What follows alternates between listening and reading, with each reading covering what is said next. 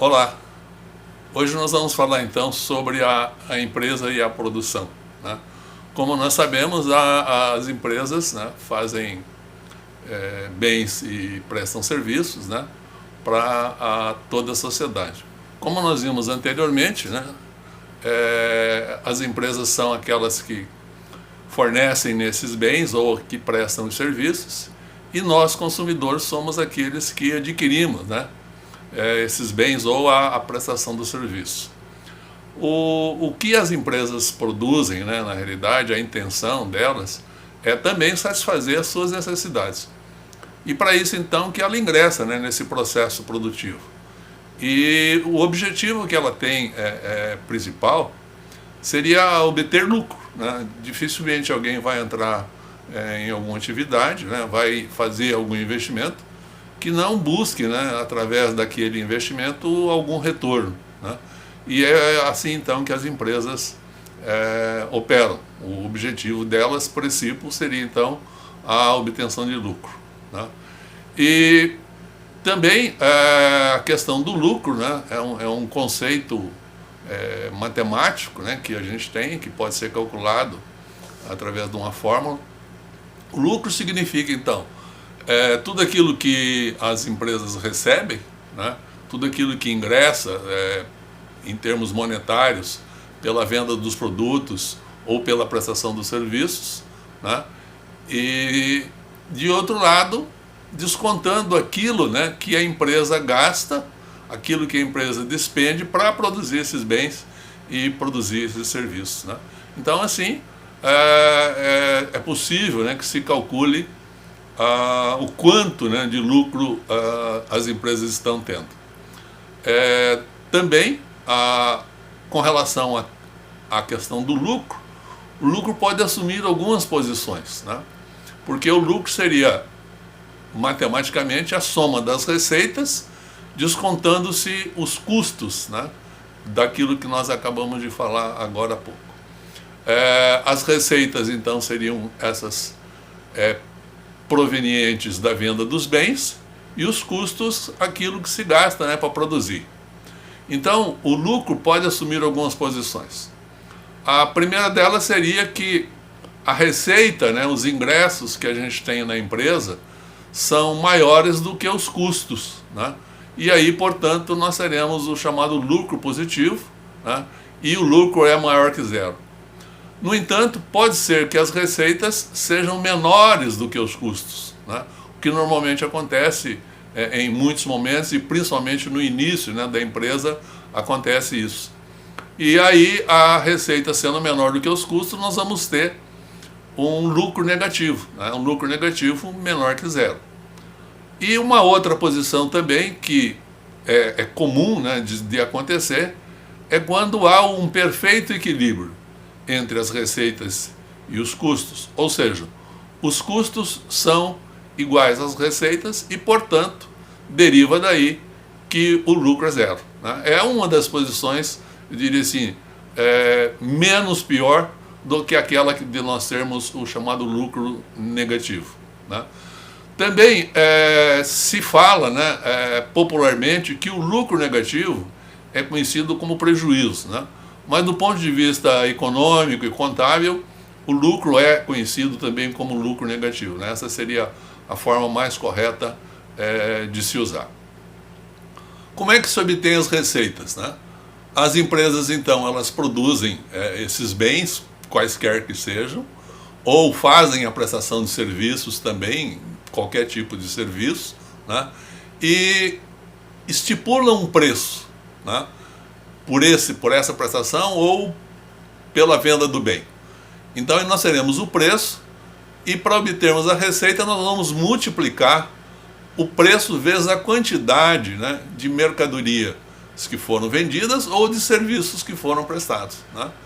E assim, então, a gente obtém a questão da receita total. Já os custos, né? Os custos são aqueles gastos, são aquelas despesas, né, que a gente tem para produzir esses bens ou para se prestar esses serviços que nós falamos há pouco, né?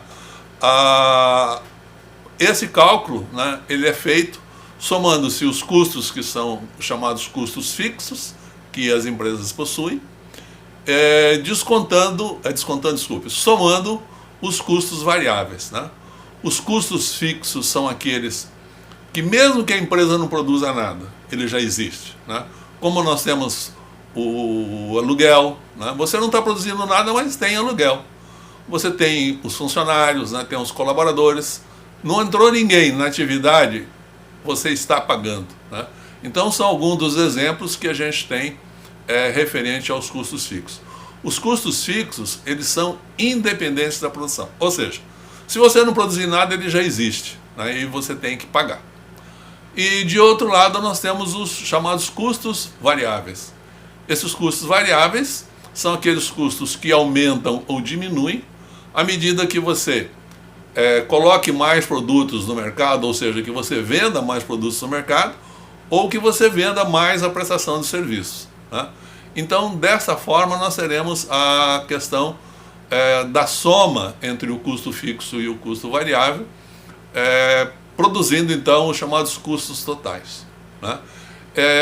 Eu dei um exemplo aí para vocês, de um escritório de advocacia, onde nós temos os chamados custos fixos e os custos variáveis, né, dentro do escritório. Os custos fixos seriam aqueles custos que não vão se alterar, né, independente de que nós atendamos alguém, ou que a gente faça alguma consulta, ou que se faça algum deslocamento, ele vai existir.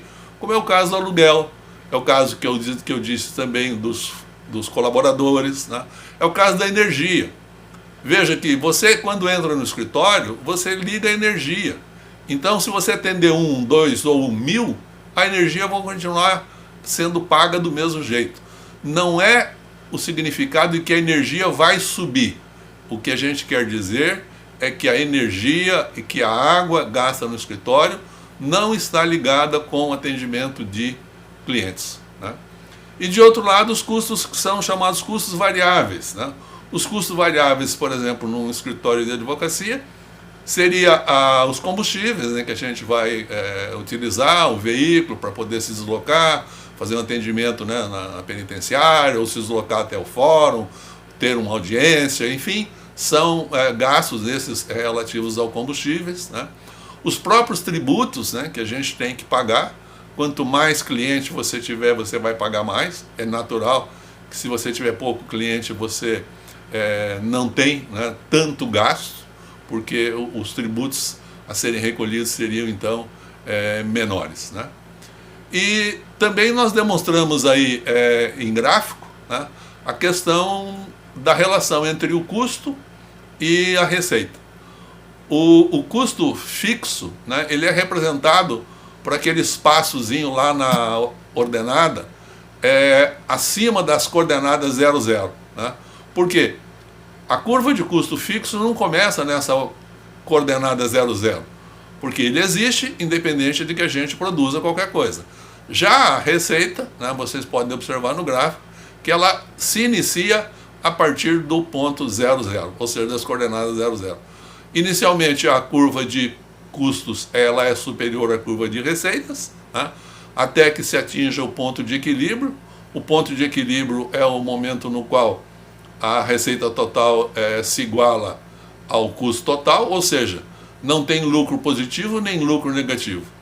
E acima desse ponto de equilíbrio, se observa também que a curva de receita é superior à curva de custo, e daí, portanto, nós teremos então o chamado lucro negativo, né, que popularmente se comenta com o nome, né, de prejuízo, tá? Nós ficamos por aqui, um bom descanso para vocês e até a próxima aula.